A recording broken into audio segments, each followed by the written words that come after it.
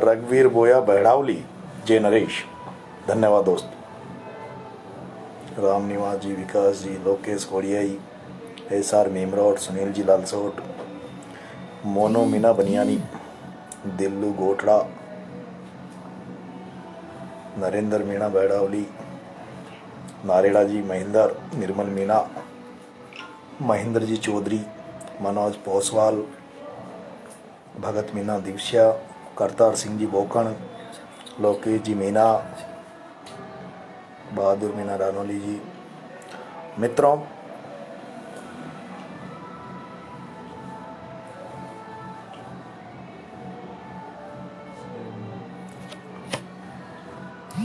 सुनील भाई राम राम, सोनू जी, पवन। दोस्तों, लंबी कानूनी प्रक्रिया के बाद, जेल से बाहर आने के बाद मन था आप सबसे बात करें, पूरे घटनाक्रम की रिपोर्ट आपके सामने पेश करूं। क्या घटित रहा, क्या घटनाक्रम घटा, किसने हमारी मदद की, किस तरह से हम जेल से बाहर आए और जेल में घटित कई दिलचस्प घटनाएं भी आपके बीच में मैं आपसे बात करने में रखूंगा। और मैं चाहता हूं, लेकिन मेरे बड़े भाई और जिनका आशीर्वाद मुझे 1999 से, जब से मैं जयपुर में आया हूं, मुझे मिलता रहा है, आशीर्वाद मिलता रहा, छोटे भाई की तरह उन्होंने मुझे माना है, खुशीराम जी गुजर साहब। मैं चाहता हूं 2 शब्द वो आपके बीच रखें, ताकि मुझे, क्योंकि मैं जेल से आया हूँ, मुझे इस जेल के रहते हुए कई सारी ऐसी चीज़ें थी जो मुझे पता नहीं चल पाई थी। मैं चाहता हूँ आदरणीय भाई साहब खुशीराम जी 2 शब्द बोलें, उसके बाद मैं आपसे लंबा संवाद करूँगा, आप सबसे बात करूँगा। राजेंद्र जी मीना, हेमंत जी अलूदा, नीरज जोरवाल जी, मैं चाहता हूँ भाई साहब आप 2 शब्द अपनी तरफ से मेरे सभी साथी, युवा साथियों को मार्गदर्शित करें। नमस्कार साथियों, भाई नरेश मीणा जी के लंबे संघर्ष की इसी कड़ी में 12 की धरती से इन्होंने जो भ्रष्टाचार और सामंतशाही के खिलाफ जो आवाज़ उठाई और इस गंभीर बीमारी के बावजूद भी इन्होंने अपनी जान की परवाह किए बगैर अपना संघर्ष जारी रखा, इसलिए मैं इनको धन्यवाद देता हूं।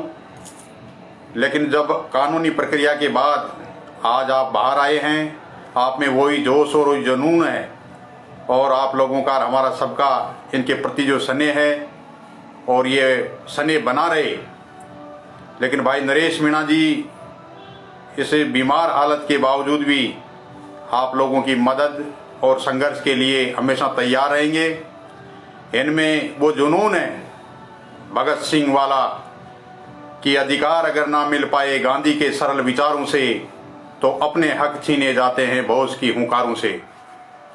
एक कैडराइज पार्टी का कार्यकर्ता होने के नाते भाई नरेश मीणा ने भ्रष्टाचार के खिलाफ लड़ाई लड़ी है, ना किसी व्यक्ति विशेष के खिलाफ लड़ाई लड़ी है, ना किसी पार्टी के खिलाफ लड़ाई लड़ी है, और आम आदमी के हक और हकूक के लिए जो इन्होंने संघर्ष किया है, इसके लिए मैं इनको बधाई देता हूं इनके परिवार के लोगों को, जिन्होंने इस गंभीर बीमारी के माहौल में भी अपना धैर्य बनाए रखा और ज्ञात और अज्ञात जो साथियों ने इनके लिए जो काम किया, हम सब इनके साथ हैं और मुझे विश्वास है कि आप सबका प्यार प्रेम इनके साथ बना रहेगा और इसी प्रकार से अपना संघर्ष को निरंतर जारी रखेंगे। धन्यवाद। भाई नरेश मीणा जी आपसे रूबरू होंगे। भाई नरेश मीणा जी।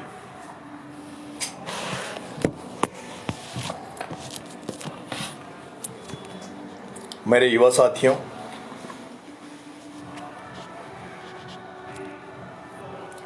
तारीख 17 सितंबर को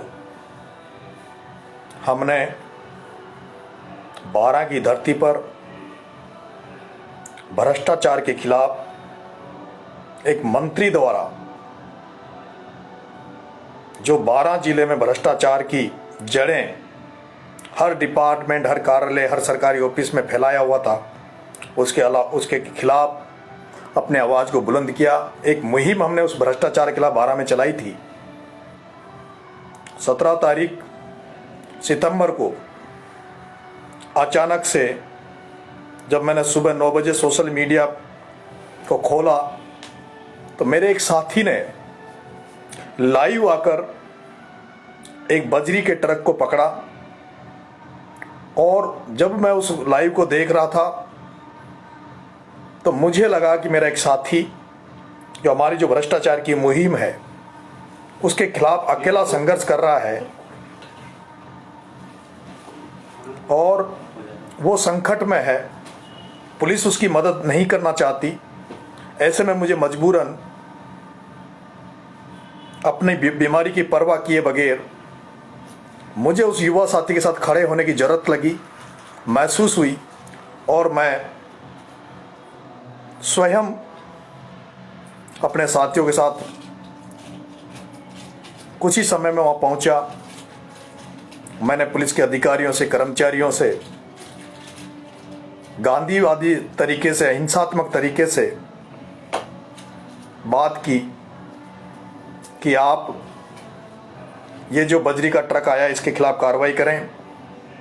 आप जिन पुलिस वालों ने लापरवाही बरती है, 12 जिले में 70 किलोमीटर तक ये ट्रक चल के आया है, और सूचना देने के बाद भी, पुलिस को सूचित करने के बाद भी किसी तरह की कोई कार्रवाई नहीं की, तो ऐसे उन अधिकारियों के खिलाफ भी कार्रवाई करें और जो ये बजरी वाला मामला है इसकी पूरी जांच करें।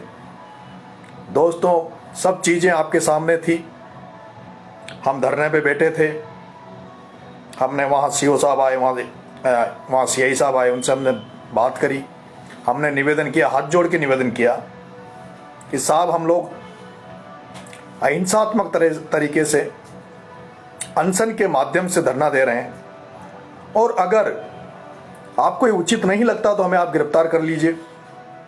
लेकिन जैसा कि आपको पता है वहाँ नेट बंद कर दिया गया, और नेट का बंद करने के बाद में थाने के अंदर हमें चारों तरफ से घेर कर पुलिस ने हमें क्रिमिनल की तरह हमारे साथ पेश आए।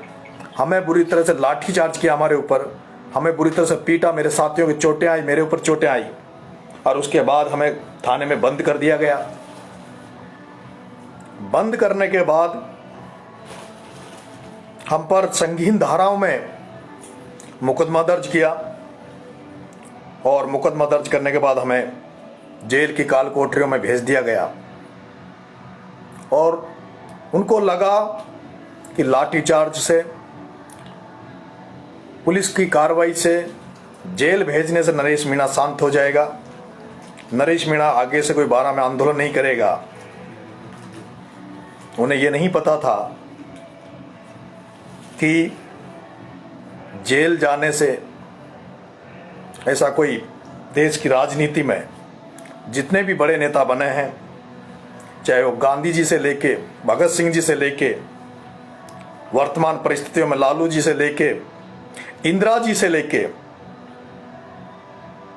और हम जो हालात देख रहे हैं हमारी पार्टी के, आज किसानों को जो मूवमेंट चल रहे हैं उसमें राहुल जी, प्रियंका जी किस तरह के बर्ताव हो रहे हैं। और जब तक आप राजनीति में शासन के खिलाफ, भ्रष्ट लोगों के खिलाफ जब आप आवाज़ उठाओगे, तानाशाहों के खिलाफ आवाज़ उठाओगे, तो आपकी आवाज़ को इस तरह से दबाया जाता है जैसे मेरी आवाज़ को दबाने की 12 में कोशिश की गई। लेकिन इससे पूर्व भी मैंने कई मूवमेंट छात्र राजनीति में चलाए, और इससे पहले मैं 7 बार दूसरों के लिए जेल गया। कभी छात्रवृत्ति के लिए जेल गया, कभी किसान और युवाओं के हकों की लड़ाई के लिए सत्याग्रह के माध्यम से जेल गया। और जब मैं जेल गया हूं, उस जेल की कालकोठरियों में जब मैं एकांत में रहा, वहाँ मैंने जब बुक्स पढ़ी, वहाँ जब मैंने देखा, वहाँ एक नई ऊर्जा मिलती है आपको, नई एनर्जी मिलती है आपको, एक नई ताकत मिलती है आपको लोगों के खिलाफ लड़ने के लिए। क्योंकि जेल में भी बहुत सारे लोग आपसे मन की बात करते हैं, वहाँ बहुत सारे लोग हैं, वहाँ जेल में सारे लोग गलत नहीं आते। तो ये जो सारा एपिसोड हुआ, उसके बाद मुझे जेल में डाल दिया गया और 17 तारीख से लेकर जब तक मेरी रिहाई हुई, उस दौरान केवल मात्र एक दिन मुझे वीडियो कॉलिंग के माध्यम से मेरे पिताजी से बात कराई गई। उस दौरान मेरी किसी से कोई किसी तरह की बात नहीं हुई। मुझे कुछ नहीं पता था कि बाहर क्या हो रहा है। 17 तारीख को मुझे क्वारंटाइन के रूप में 12 में रखा गया। 3 दिन तक पुलिस ने मुझे पेश नहीं किया कोर्ट में, ताकि मेरी रिहाई में जितना ज़्यादा लेट हो, ऐसा उन्होंने किया। उसके बाद मुझे 20 सितंबर को मुझे अटरू जेल में डाला गया। दोस्तों, जेल में मैं जब गया,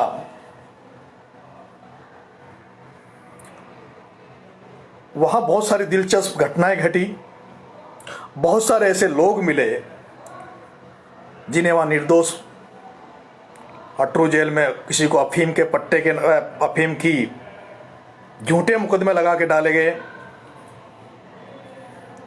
डोडा चूरा का केस बनाकर झूठे मुकदमे बनाकर वहां डाले गए। इस मामले में आपसे आगे बात करूंगा। लेकिन जैसे ही मैं जेल से रिहा हुआ, मेरी ये इच्छा थी कि आप सबसे एक मैं फेसबुक पर एक पोस्ट लिखकर, जिसमें पूरा घटनाक्रम को लिखकर आपके सामने रखूं और आपको अवगत कराऊं। पर दोस्तों, मैं जैसे ही जयपुर जेल से परसों छूटा हूं, रात को लेट छूटा, उसके बाद मैं 2 दिन बिजी रहा। और आज क्योंकि मेरे पास मेरा मोबाइल जो थे, वो दोनों मोबाइल अभी तक थाने में बंद हैं, तो मैं किसी से अभी भी संपर्क ज़्यादा लोगों से कर नहीं पाया। तो मेरा मन था कि आज मैं लाइव आकर उन सब साथियों का, उन सब युवाओं का सबसे पहले तो धन्यवाद ज्ञापित करूं, जिन युवा साथियों ने मेरे जेल जाने के बाद भी हमारी जो भ्रष्टाचार के खिलाफ जो मुहिम थी, उसको जिंदा रखा। और शायद मैं जेल नहीं जाता, और शायद मैं खुद जब लड़ाई लड़ता, तो मैं शायद खुद भी उतनी ताकत से नहीं लड़ पाता जितनी ताकत से मेरे युवा साथियों ने मेरे जेल जाने के बाद सोशल मीडिया के माध्यम से, ग्राउंड पे, सड़क पर, कहीं पुतले जलाकर, कहीं ज्ञापन देकर, जिस तरह से लोगों को जगाया, लोगों को उत्साहित किया और हमारी आवाज़ को बुलंद किया, उन सारे युवा साथियों को मैं धन्यवाद देना चाहता हूं। दोस्तों, आपका आभार व्यक्त करना चाहता हूं, और आपका इसी तरह प्यार और स्नेह मेरे पे बना रहे, इसके लिए मैं हृदय से, गहराइयों से आपको धन्यवाद देता हूं। दोस्तों, मैं जब जेल से छूट कर आया, तो सबसे पहला आपका ये रहता है कि आपकी किसने मदद की, किसने नहीं की। और मैं आज देख रहा हूं कि सबसे बड़ी क्यूरियोसिटी ये रही कि इस दौरान किन किन लोगों ने हमारी मदद की है, चाहे वो राजनीतिक तौर पर, सामाजिक तौर पर, सोशल मीडिया के माध्यम से। ऐसे सभी लोगों का, जब आप कहीं हॉस्पिटल में रहते हैं, जेल में रहते हैं, ऐसे कोई संकट आता है, उस संकट में जो लोग आपके साथ खड़े रहते हैं, आपके साथ मदद करते हैं, तो हमारा फर्ज बनता है कि उनका हमें धन्यवाद ज्ञापित करें, उनका अपना एहसान माने। तो जैसे ही मैं जेल से निकला, मैंने मेरे पिताजी से बात की, और काफ़ी लंबी बात की मैंने मेरे पिताजी से। मेरी पिताजी से बहुत कम बात होती है, लेकिन जब मैंने उनसे पूछा कि भाई हमारी किस किस ने मदद की, किस किस ने हेल्प की, तो मुझे उन्होंने बताया कि भाई सोशल मीडिया पे इस तरह की चर्चाएं चली, ये चला और आरोप प्रत्यारोप लगाए गए। लेकिन सत्यता यह है कि राजस्थान के प्रबुद्ध नेता, जन नेता आदरणीय डॉक्टर साहब किरोड़ीलाल जी मीणा साहब ने मेरे परिवार को संभल दिया, उनका धैर्य बंधाया, और मेरे स्वास्थ्य की प्रशासन से जानकारी लेकर उनको अवगत कराया कि उसके साथ किसी तरह की कोई अनहोनी नहीं होगी, किसी तरह के स्वास्थ्य के साथ खिलवाड़ नहीं होगा। और जितना उनसे हो सकता था, उन्होंने प्रशासनिक तौर पर भी मेरी मदद करने की मदद की। परिवार से वो लगातार जुड़े रहे। मैं आदरणीय डॉक्टर साहब का सब युवाओं की तरफ से, राजस्थान के हर वर्ग की तरफ से धन्यवाद देना चाहता हूं कि जिस तरह से डॉक्टर साहब आपने हम सब लोगों को, हम सब युवा साथियों का जो मनोबल बढ़ाया है, मदद की है, वैसा आशीर्वाद, वैसा स्नेह, वैसा प्यार आपका हर जाति, हर वर्ग, हर युवा पर आपका इसी तरह बना रहे। दोस्तों, मैं जब बाहर निकला तो इस तरह की खबरें भी आई कि भाई साहब आपने आदरणीय पायलट साहब के लिए इतना किया, तो पायलट साहब ने आपकी मदद की या नहीं की। मित्रों, डॉक्टर साहब के अलावा अगर मेरी कोई सबसे ज़्यादा मदद की तो आदरणीय पायलट साहब ने की। पायलट साहब ने जिम्मेदारियां देकर जहां जहां मेरी मदद हो सकती थी वहां मेरी मदद की है। और ये सब चीज़ें मेरे पिताजी कि वो लगातार टच में रहे, जुड़े रहे।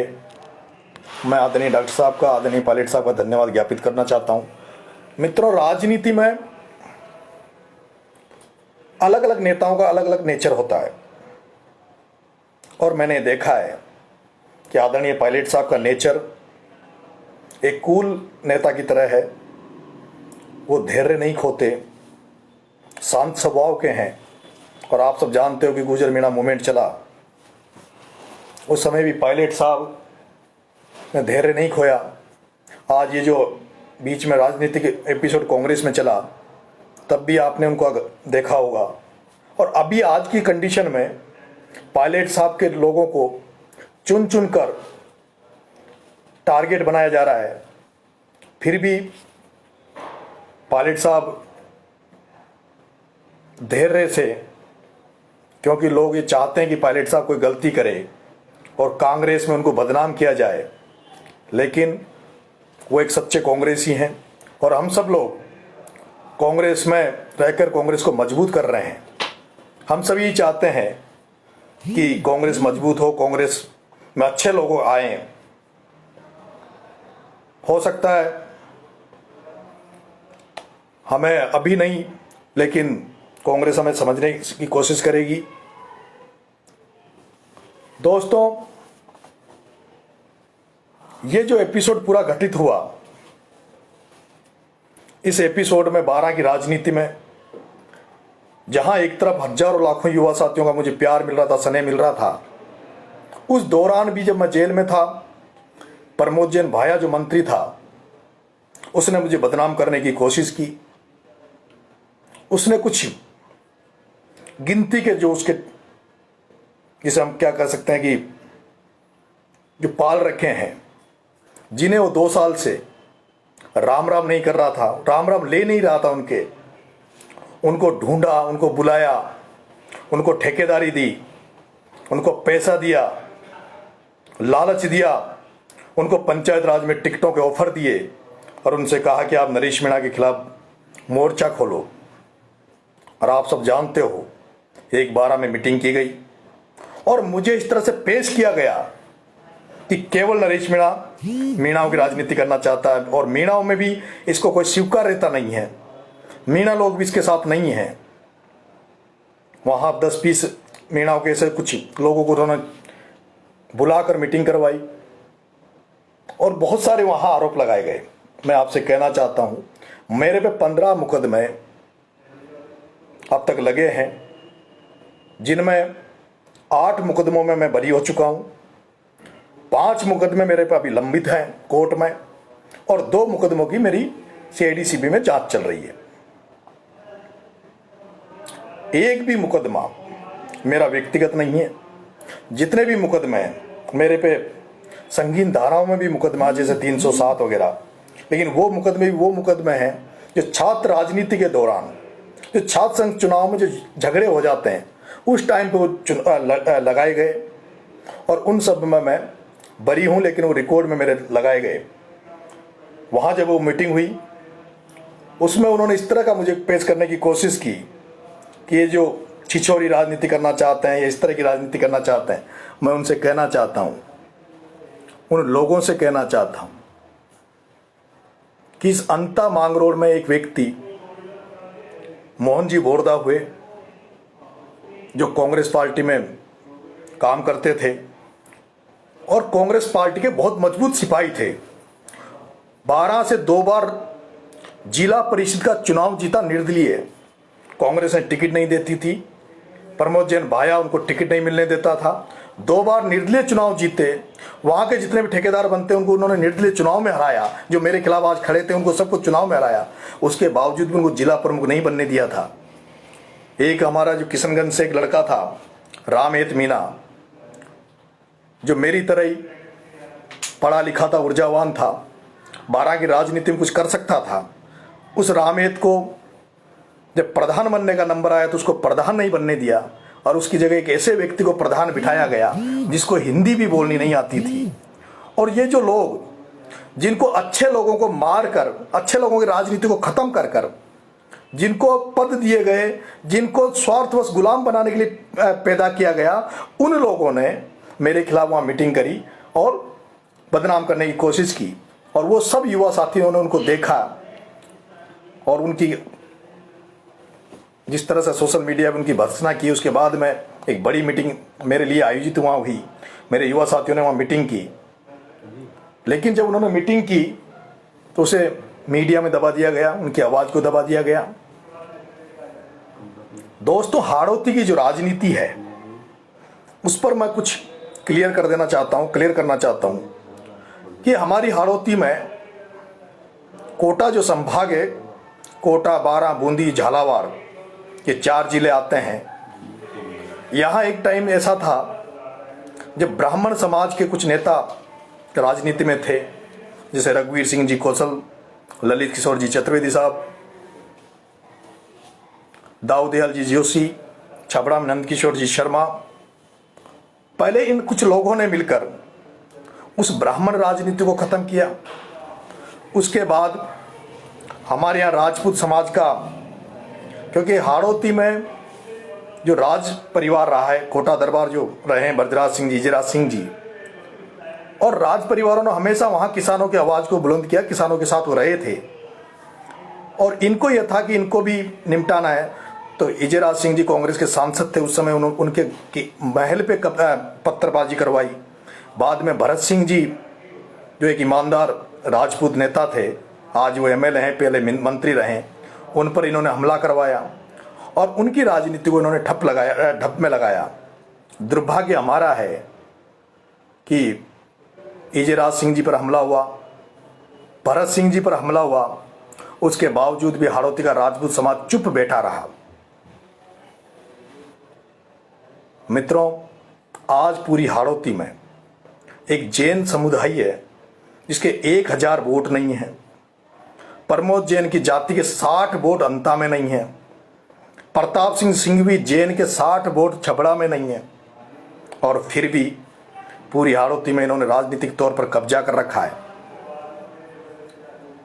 ठीक है, राजनीति में जातिवाद की बात नहीं करनी चाहिए पार्टियां, लेकिन पार्टियां इनको टिकट देती है और जिनका जनाधार है, जिन जातियों का वोट बैंक है, उनको राजनीतिक तौर पर भी गुलाम बना दिया जाता है। उन्हें टिकट नहीं दिए जाते हैं, उनको कई भी निर्दलीय लड़कर अपनी ताकत दिखानी पड़ती है। मेरा इस दौरान ये मेन रहा कि भाई जिस जातियों के वोट हैं, हाड़ौती में धाकड़ समाज सबसे ज़्यादा संख्या में है, मीणा समाज बहुत बड़ी संख्या में है, गुर्जर समाज संख्या में है, माली समाज संख्या में है, एससी कास्ट बहुत बड़ी तादाद में है, माइनॉरिटी बहुत बड़ी तादाद में है, लेकिन माइनॉरिटी से एक भी एमएलए नहीं है। एससी से जो दमदार और दबंग लोग हैं उनको ये राजनीति में आने नहीं देना चाहते। बाकी मैंने जो नाम लिए उनके हालात आप सब जानते हो, देख रहे हो। और जातिवाद दोस्तों रामायण काल से होता आया है। जब वो लोग जातिवाद करते हैं तब तो जातिवाद नहीं, और जब हम किसी को जगाने चलें, किसान कम्युनिटी को जगाने चलें, तो ये हम पे जातियों के ठप्पे लगा लगा के हमें बदनाम करने की कोशिश करते हैं। मैं कहना चाहता हूँ कि लोग जग रहे हैं, किसान कौमें जग रही है। किसान कौम अब खेतों से निकल के विधानसभा लोकसभा की तरफ चलने के लिए तैयार है। समय बदल रहा है, समय के हिसाब से नेताओं को बदल जाना चाहिए। अगर समय के हिसाब से आप नहीं बदले और आप ये सोचते हो कि आप प्रशासन की मदद से, पुलिस की मदद से हमारी आवाज़ को दबा दोगे, तो ये संभव नहीं है। हम हर तरह से मजबूत हैं, हर तरह से लड़ने के लिए तैयार हैं। वो गया ज़माना जब किसान केवल खेती पर निर्भर था, पर अब किसान अपने बेटों को पढ़ाने लग गया है, किसान अपने बच्चों को कॉलेज भेजने लग गया है, किसान अपने बच्चों को विश्वविद्यालयों में भेजने लग गया है, और किसान के बेटे अब नेट चलाना सीख गए, किसान के बेटे फेसबुक चलाना सीख गए, किसान के बेटे ट्विटर चलाना सीख गए। अब आप जिस तरह से आपने किसानों का शोषण किया हाड़ौती में, अब वो नहीं चलेगा, क्योंकि हाड़ौती का किसान अब जागरूक हो रहा है। मैं कहना चाहता हूं कि हाड़ौती में एक जगह है छबड़ा और छिपा बड़ौद। दोस्तों, मैं जयपुर जेल में अटरू जेल में रहा। वहां 50 कैदी, 50% कैदी केवल अफीम के नाम पर झूठे मुकदमों में फंसाकर वहां अटरू की जेल में डाले हुए हैं। एक व्यक्ति पर अफीम का केस लगता है और उसके बाद पुलिस जांच के नाम पर उसके साथ मारपीट करती है, रिमांड पे चढ़ाती है, 10-10, 15-15 लोगों के नाम लिखवाती है और फिर उनसे उगाई की जाती है। एक अफीम का जो भी केस होता है, चाहे छोटा या बड़ा, उसमें पुलिस का टारगेट रहता है 10-10, 20-20 लाख रुपए उगाना। और ऐसा एक एपिसोड अभी मीडिया में भी आया है। हम सब युवा, अगर आज हम किसानों की बात को बुलंद नहीं करेंगे हाड़ौती में, अगर आज हम किसानों को नहीं जगा पाए, हम हमारे लोगों को नहीं जगा पाए, तो दोस्तों समय दूर नहीं, क्योंकि जो हालात अडानी अंबानी ने जो देश में कर रखी है, वही व्यापारी कौमें ये जो हाड़ौती में जो राज कर रही है, जिस तरह से कर रही है, आप सब देख रहे हो किस तरह से भ्रष्टाचार का जाल फैलाया हुआ है। पटवारी से लेके, पटवार घर से लेके कलेक्टर के ऑफिस तक, थाने से लेकर एसपी के ऑफिस तक, कैसे भ्रष्टाचार 12 में फैला हुआ है। हम इसके लिए लड़ेंगे, हर संभव हर तैयारी से लड़ेंगे। मेरे साथी एक जो मांग रोड में तिसाया गांव है, उसने मेरा जब स्वागत किया, हमें सपोर्ट किया। आज मैं जब जेल से आया तो मेरे को पता लगा कि उसके साथ, उसके परिवार के साथ पुलिस ने बेरहमी से मारपीट की। झूठे केस में उसके पिता को, कृष्ण कुमार लड़के का नाम है, उसके पिता को जेल में डाल रखा है, भाई को मुलजिम बना दिया, जो सरासर अन्याय है, जो हम सहन नहीं करेंगे। मैं प्रशासन से, बाराक प्रशासन से भी कहना चाहता हूं कि आप भी कहीं ना कहीं किसान के बेटे होंगे, कहीं ना कहीं आपके अंदर भी थोड़ी बहुत मानवता वो बची हो, तो कृपा करके इस तरह का अन्याय 12 में ना करें। क्योंकि हो सकता है हम कमज़ोर हो जाएं, हम आपसे नहीं लड़ पाएं, लेकिन जो ऊपर वाला है वो ईश्वर है, वो आपके कर्मों को देखता है। आप जिस तरह से झूठे मुकदमे लगा के अफीमों में, जिस तरह से झूठे मुकदमे लगा के जेलों को भर रहे हो, वो दिन दूर नहीं, क्योंकि मैंने देखा है धरती पर स्वर्ग यही है, नरक भी यही है। जो अधिकारी कर्मचारियों ने भ्रष्टाचार कर करके जो पैसा कमाया है, उनका तो नहीं बिगड़ा, लेकिन उनकी आने वाली पीढ़ियों को उसका असर जरूर पड़ा है। उनकी पीढ़ियां ईमानदार नहीं हो सकती, उनके बच्चे सुख से नहीं रह सकते। आपसे आग्रह है, 12 के एसपी साहब, आपसे विशेष आग्रह है, अगर आपके पास मेरा ये मैसेज आए तो कृपा करके छबड़ा छिपा बड़ौद में अफीम के मामले जो भी हों, उनकी निष्पक्ष और पारदर्शिता से जांच की जाए। निर्दोषों को जेल में डालना बंद करें, निर्दोषों को फंसाना बंद करें। दोस्तों, आप सबको बहुत बहुत धन्यवाद, आप सब युवाओं को बहुत बहुत धन्यवाद। आप सब हमसे जुड़े, हमें मजबूत किया, उसके लिए थैंक्स। और मित्रों, जल्दी ही हम एक हाड़ौती में युवा मिलन समारोह का कार्यक्रम रखेंगे। जैसे ही कोरोना की बीमारी का प्रकोप कम होगा और सरकार की तरफ से, गवर्नमेंट की तरफ से जब छूट मिल जाएगी, उसके बाद हम लोग एक हाड़ौती में युवा मिलन समारोह, पूरे राजस्थान का युवा मिलन समारोह हाड़ौती में रखेंगे। उसमें आज अभी मेरे जेल में रहते हुए भी बहुत सारे साथी हमारे जो चुनाव थे उसमें पूरे राजस्थान में सरपंच बन के आए हैं और सैकड़ों की संख्या में आज हमारे जनप्रतिनिधि नए लड़के सरपंच बन के आए हैं। उन सबका उस युवा जो सम्मेलन होगा उसमें अभिनंदन करेंगे, स्वागत करेंगे। और जिन लोगों ने इस टाइम पे जो सोशल मीडिया के माध्यम से हमारी मदद की है, आदरणीय देवप्रकाश जी भाई साहब, हंसराज जी, अर्जुन जी, बाकी सब तमाम मेरे युवा साथी जिन्होंने सोशल मीडिया पे हमारी मुहिम को आगे बढ़ाया, उन सबको धन्यवाद। Thank you all of you.